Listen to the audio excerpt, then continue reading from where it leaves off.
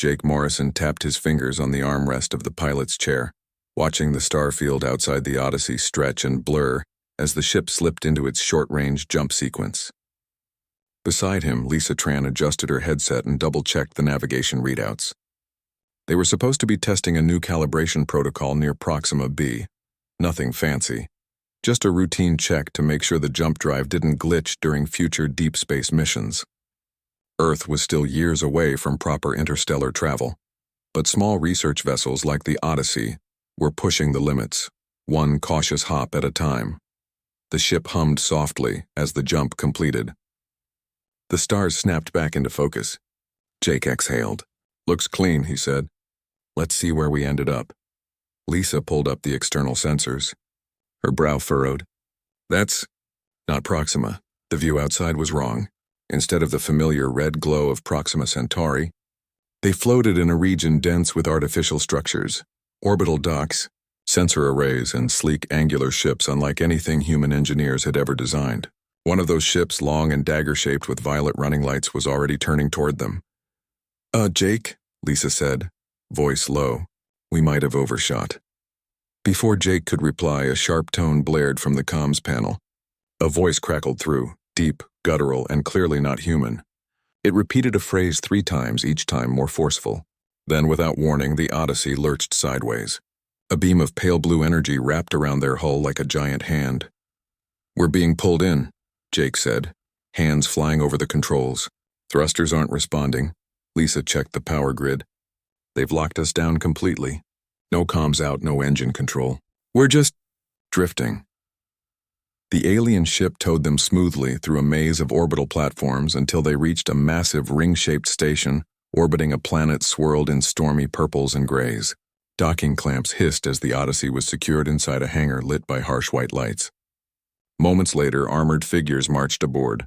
Tall, reptilian beings with scaled skin, black eyes, and weapons slung across their chests. They moved with rigid discipline, barking orders in their own language. One of them pointed a weapon at Jake. Another gestured sharply for them to stand. Lisa raised her hand slowly. Jake did the same, but his expression wasn't fear. It was mild annoyance, like someone interrupted during a coffee break. The lead alien stepped forward. Its voice translated through a small device on its belt. "Identify your species and origin." Jake blinked. "Humans. From Earth. We're with the International Deep Space Research Initiative. We were running a jump calibration near Proxima Centauri. But something went sideways. Mind telling us where we are? Our GPS is acting up again." The alien, later identified as Enforcer Core, stared. Its black eyes narrowed. No species brought before the Cathari Dominion had ever spoken so casually. Most trembled, some wept. A few tried to fight and were crushed instantly. But these two? They looked more concerned about paperwork than punishment. "You have entered Sector Vexus 7 without clearance," Core said, voice flat. "This is sovereign space of the Cathari Dominion. Unauthorized entry is punishable by immediate assimilation or termination." Lisa tilted her head. "Assimilation, like becoming part of your empire? Do we get benefits, dental?" Core's jaw twitched. He had no protocol for sarcasm. Jake stepped slightly in front of Lisa, not in defense but out of habit. "Look, we didn't mean to crash your party. Our nav system glitched. If you could just point us toward the nearest exit, or better yet, give us coordinates to get back home. We'll be out of your hair." The Cathari exchanged glances. This was unprecedented. The Dominion had encountered dozens of species over centuries. All had reacted with terror, awe, or aggression, never boredom. They were escorted through the station's corridors, cold, metallic, lit by pulsing red strips. Other Cathari soldiers watched them pass, some with visible confusion. Humans didn't wear armor. They didn't carry weapons. They didn't even seem to understand the gravity of their situation. At the central command hub, a larger figure waited. High Overseer Vraktan, a veteran of 100 conquests, his scales scarred from battle, his presence enough to silence entire delegations with a glance. He stood as the humans entered, expecting them to kneel. They didn't. Lisa looked around, impressed. "Nice setup. Do you guys build all this yourselves?" Vraktan's voice rumbled like distant thunder. "You stand in the heart of the greatest empire this galaxy has ever known. You are less than insects before us, yet you show no fear. Why, Jake shrugged. Fear's kind of useless if you're already caught, right? Besides, we've seen worse. That caught Vraktan off guard. Worse than the Cathari Dominion? Well, Lisa said, smiling faintly. Have you ever dealt with Earth traffic during rush hour? Or a toddler with a juice box and a grudge? Honestly, this feels pretty tame. The room fell silent.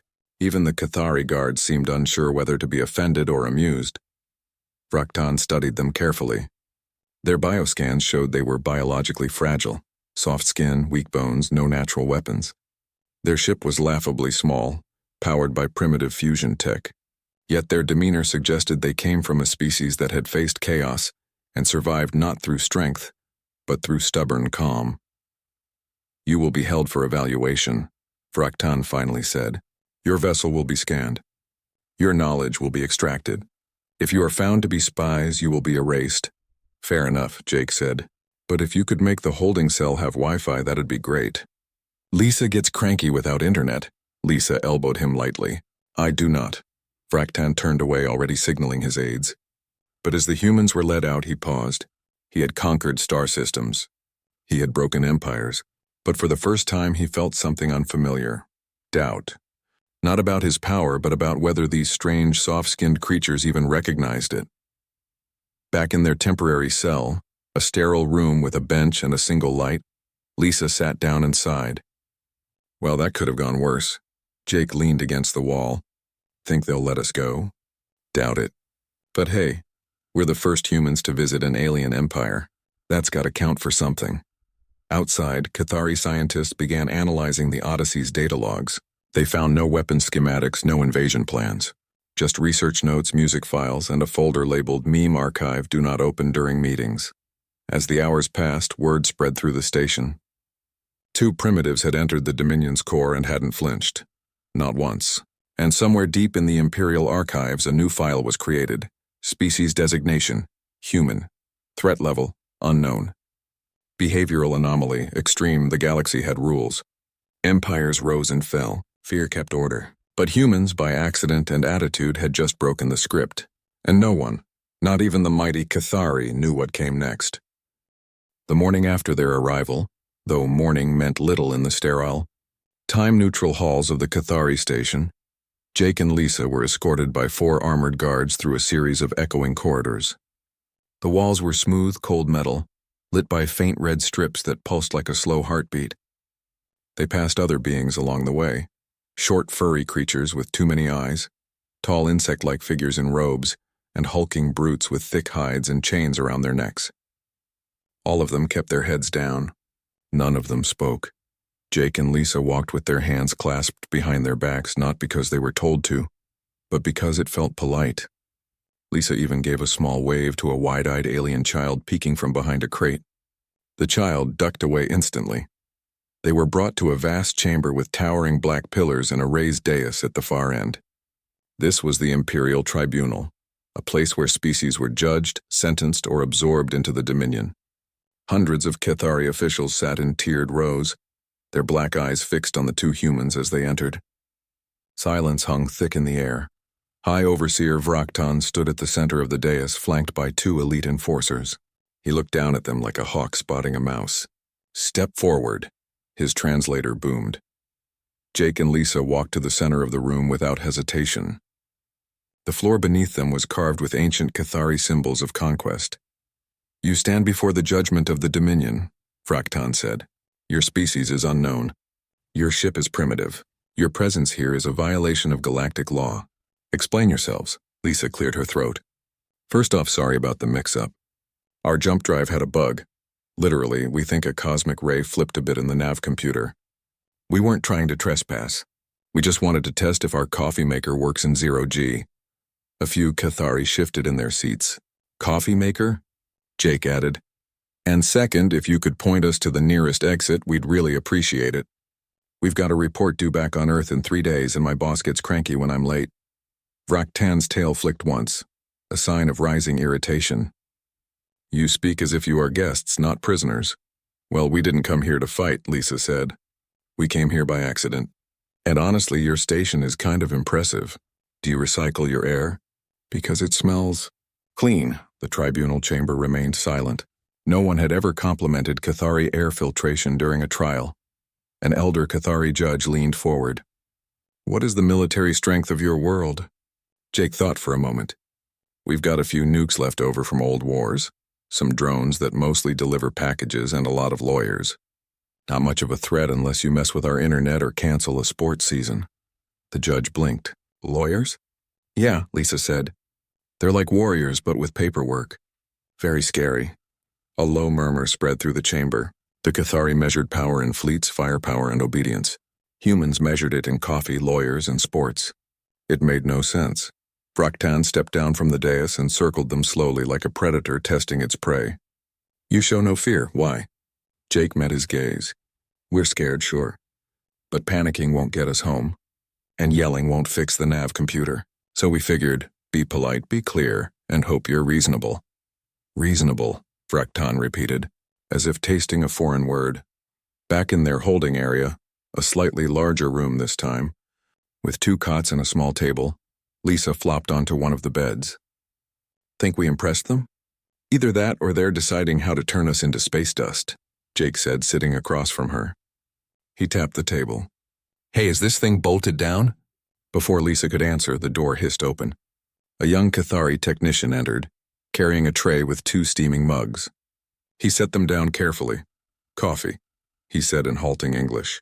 "You asked?" Lisa's eyes lit up. "You made coffee?" The technician nodded shyly. "Used your ship's beans, added water, heated." Jake took a sip. "It's actually not bad." The technician lingered. "Why you not afraid?" Lisa smiled. "Because fear doesn't help. On Earth we've faced plagues, wars, and really bad weather. We learned that staying calm and talking things out usually works better than screaming." The technician tilted his head. "My people do not talk. We obey." "Well," Jake said gently, "maybe it's time to try something new." The technician left, but not before glancing back twice. Over the next few hours, more Cathari came by, not guards but curious onlookers. Some just watched through the reinforced glass window. Others left small items: a data pad, a fruit that glowed faintly, a blanket woven from silver thread. Word had spread that the humans didn't cower, that they asked for coffee, that they smiled. Meanwhile, deep in the station's archives, analysts pored over the Odyssey's logs. They found no weapons, no war plans.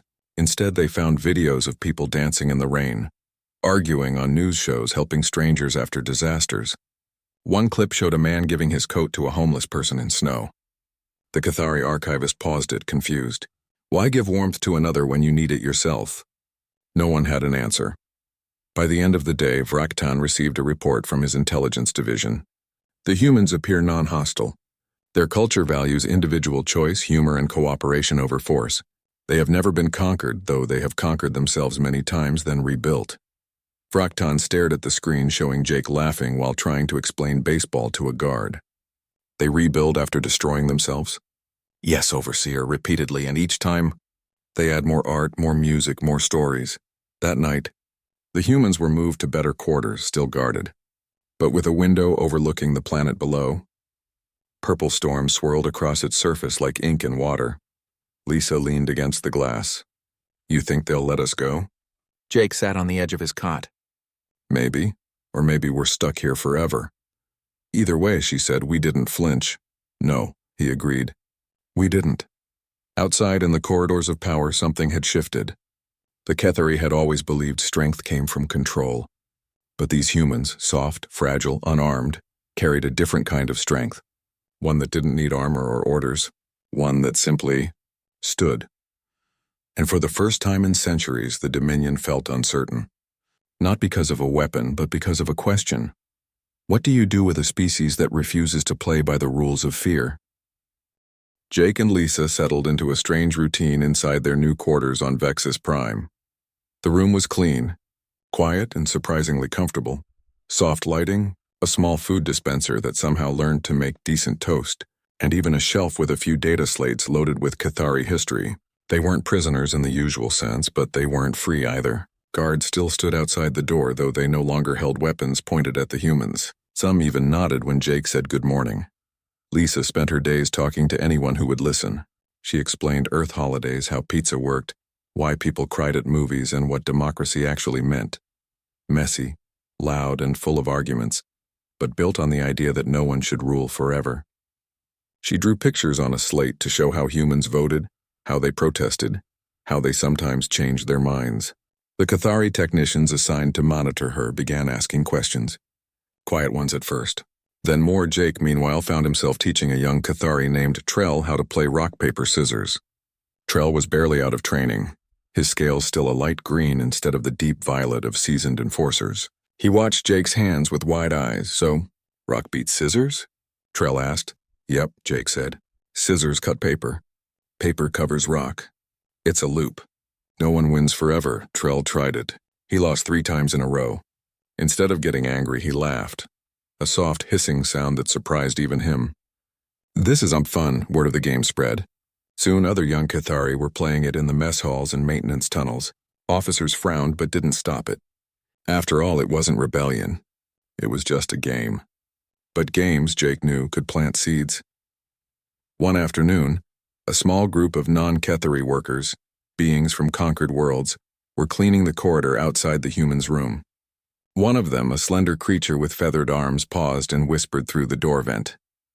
They say you don't bow. Lisa knelt by the vent. We don't. Not unless we agree with what we're bowing to. The feathered worker hesitated. My people bowed for 50 cycles. We forgot how to stand. Then remember, Lisa said softly, standing doesn't always mean fighting. Sometimes it just means saying no quietly. That night, footage from the security feed, showing Lisa calmly explaining human rights to a group of guards, leaked onto the Dominion's internal network. Someone had copied it, shared it, and within hours it reached the outer colonies. On mining worlds and factory moons, enslaved species watched humans speak about freedom like it was normal. Like it was obvious.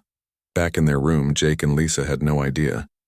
They were too busy trying to fix a broken speaker so they could listen to old Earth music. Lisa hummed along to a song about dancing in the dark while Jake twisted wires with a borrowed tool. But outside, the Empire trembled. In the capital city of Vexus Prime, graffiti appeared on a government wall, 2 stick figures standing tall, with the words "Don't Flinch" written beneath in shaky Cathari script. Patrols scrubbed it off, but it reappeared the next night, bigger, bolder. Fraktan summoned his inner council. These humans are not warriors. They carry no weapons. Yet they spread unrest like a virus. One advisor spoke carefully. Perhaps it is not a virus, Overseer. Perhaps it is an idea. An idea cannot topple an empire, Fraktan growled. But it can make the people inside it ask questions, the advisor replied. Fraktan ordered the humans move to a high-security wing, far from visitors and communication lines, but even there they found ways to connect. Lisa left notes in the food trays, simple messages like "Be kind" or "Ask why." Jake taught a maintenance drone to play a tune from an old Earth lullaby. The drone hummed it as it rolled through the halls, and soon, other drones joined in, on a distant moon called Kessar 9, where insectoid laborers toiled in silence under Cathari overseers. A worker stopped mid-task one day. He looked up at the sky and said, "Why?" His fellow workers froze. No one had asked that in generations. The overseer raised his shock baton, but 10 others stepped in front of the questioner. They didn't fight. They just stood, and the overseer, for the first time, hesitated. Back on Vexus Prime, Trell visited Jake one last time before being reassigned. They say you will be taken to the Grand Conclave soon, he whispered. The Emperor himself will see you, Jake nodded. We'll be okay. Trell placed a small carved stone in Jake's hand, a symbol of safe passage in old Cathari tradition. I do not understand your ways, he said. But I think I would like to. The night before their transfer, Lisa sat by the window watching the purple storm swirl below. Do you ever wonder if we're making things worse? Jake joined her. Maybe. But if staying quiet was the right choice, the galaxy would have fixed itself by now. She smiled. Remember that time in college when you stood up to that professor who failed half the class just to feel powerful? Yeah, you told me I was being dumb, and then you did it anyway. Guess some things don't change. They both laughed, soft and tired. Outside, the stars burned cold and distant. But somewhere in the dark, 1,000 small acts of courage were beginning, sparked not by weapons or war cries, but by 2 humans who refused to act like they were less than they were. The Cathari thought control came from fear, but Jake and Lisa showed something else. That calmness in the face of power could be just as dangerous. And far harder to crush. In the morning, armored transports arrived. The humans stepped out without resistance. They didn't look back. They didn't flinch. And as the ship lifted off toward the Grand Conclave, a single drone in the station's lower levels kept humming that old Earth lullaby, quiet, steady, and full of hope. The Grand Conclave chamber was unlike anything Jake and Lisa had seen before. It stretched high into a dome of black crystal, lit from within by veins of glowing blue energy. Rows of tiered seats curved around a central platform, filled with delegates from dozens of species. Some armored, some robed, some barely more than shadows in the dim light. All of them had been conquered by the Cathari Dominion long ago.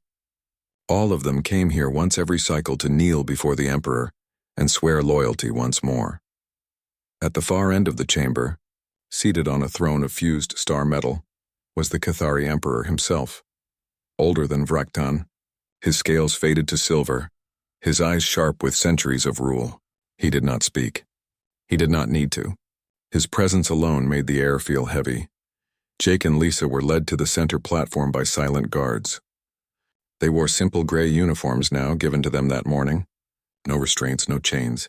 Just two humans standing alone in the heart of an empire that had never known defiance without violence. A herald stepped forward, voice booming through the chamber.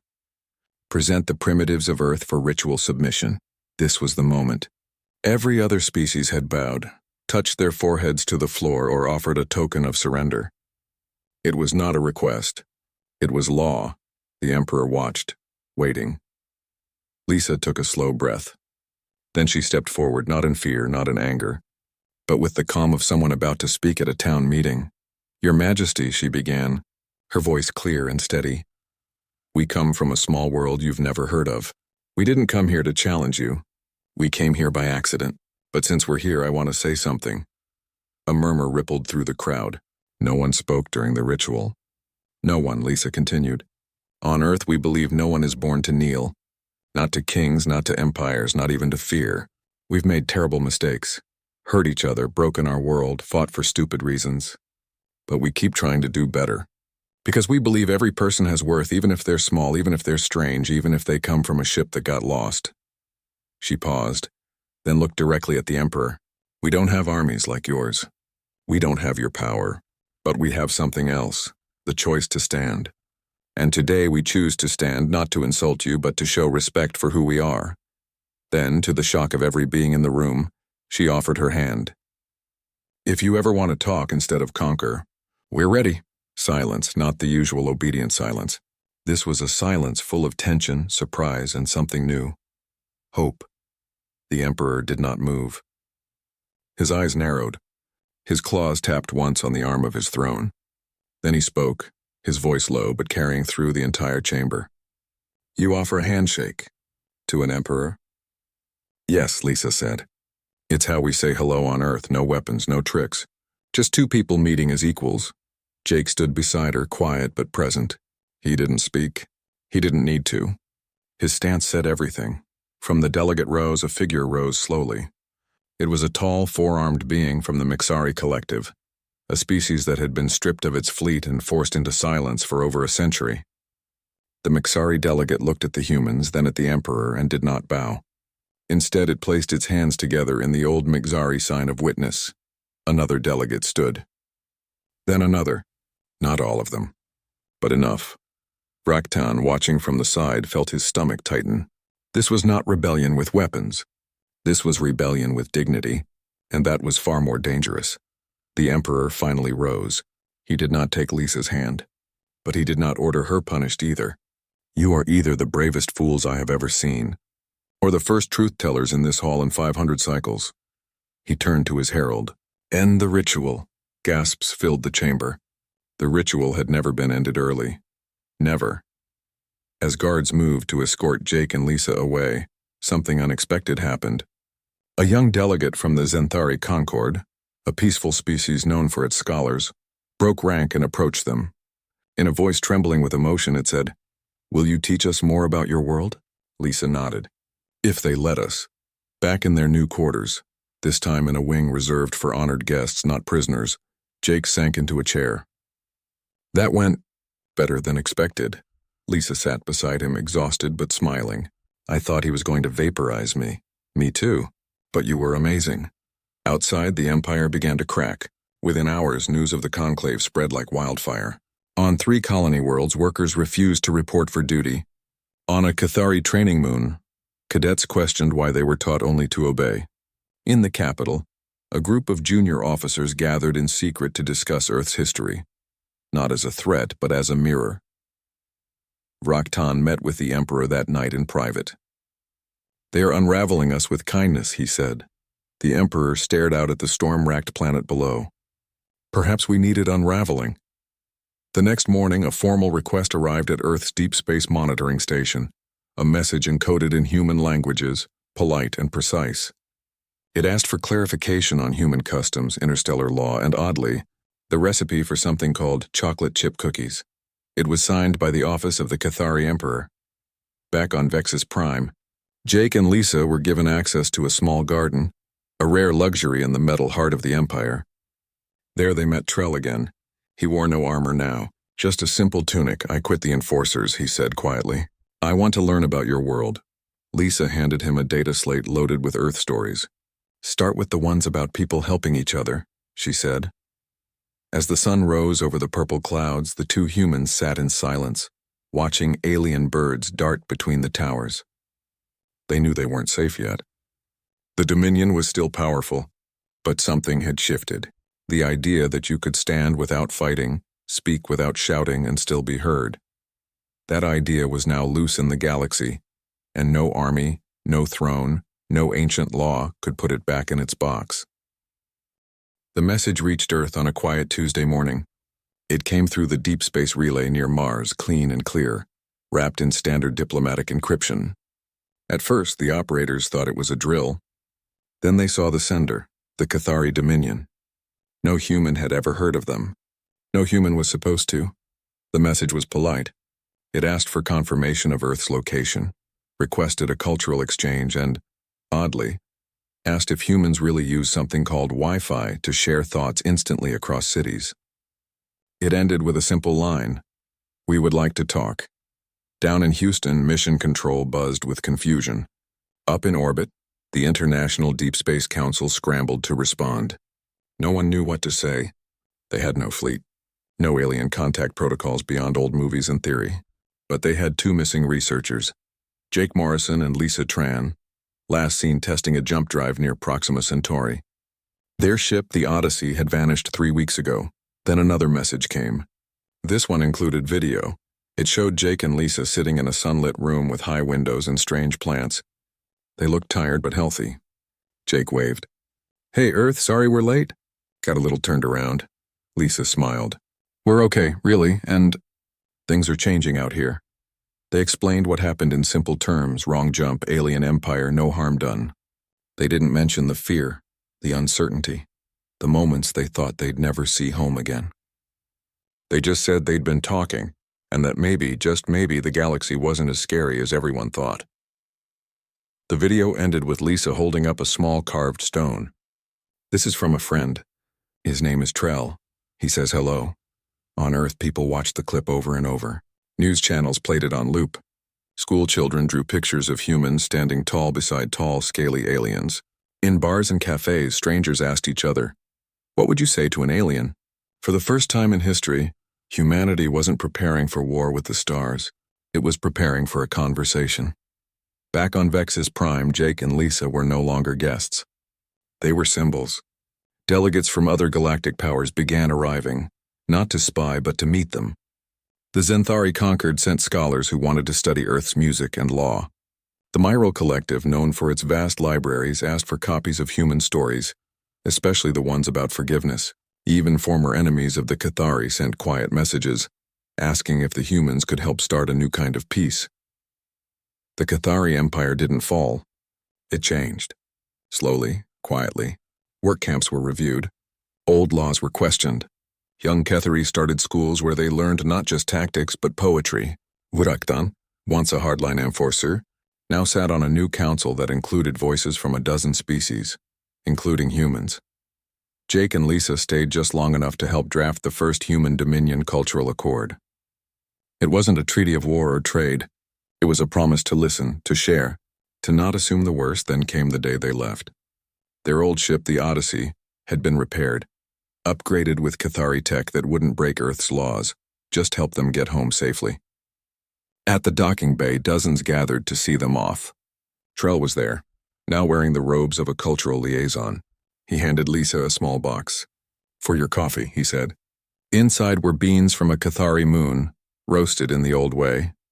Jake shook hands with Vraktan. "You sure you don't want to visit Earth? We've got great pizza." Vraktan almost smiled. "Perhaps one day." As the Odyssey lifted off, Lisa looked down at the purple world below. "We didn't do much," she said. "We did enough," Jake replied. "The trip home took 2 weeks. They spent it sleeping, eating real food from the new replicator, and watching old Earth movies the Cathari had downloaded for them. They didn't talk much about what happened. They didn't need to. They both knew. When they finally entered Earth's atmosphere, a small fleet of civilian ships greeted them. Not military, just curious citizens in private vessels, waving from their cockpits. On the ground there were no parades, no medals. Just friends, family, and a quiet welcome home. Jake went back to flying test ships. Lisa returned to teaching astrophysics. They gave a few interviews but never acted like heroes. They just said they got lost, met some interesting people, and came back with stories. But across the galaxy, things kept changing. The phrase "don't even flinch" became a whisper of courage on 100 worlds. Oppressed species used it as a code. Young Cathari wrote it on their desks. In the halls of the Grand Conclave, a new seat was added. Not for a warrior, but for a human observer. Earth began building its first real interstellar embassy. Not with weapons, but with classrooms, art studios, and gardens. They called it the Tran Morrison Center for Galactic Understanding. And far away in corners of the galaxy no human had ever seen, beings who once bowed without thinking now paused. They looked up. They asked why. And sometimes, just sometimes, they stood. The Cathari Empire still existed. But it was no longer just an empire of fear. It was becoming something new, something shaped in small but real ways by 2 humans who walked into the unknown and never once looked down. Humanity hadn't conquered the stars. They hadn't even tried. They just showed up, stayed calm, and reminded the galaxy that strength isn't always loud. Sometimes it's as quiet as a handshake, as simple as a cup of coffee, as human as not flinching when the whole universe expects you to break.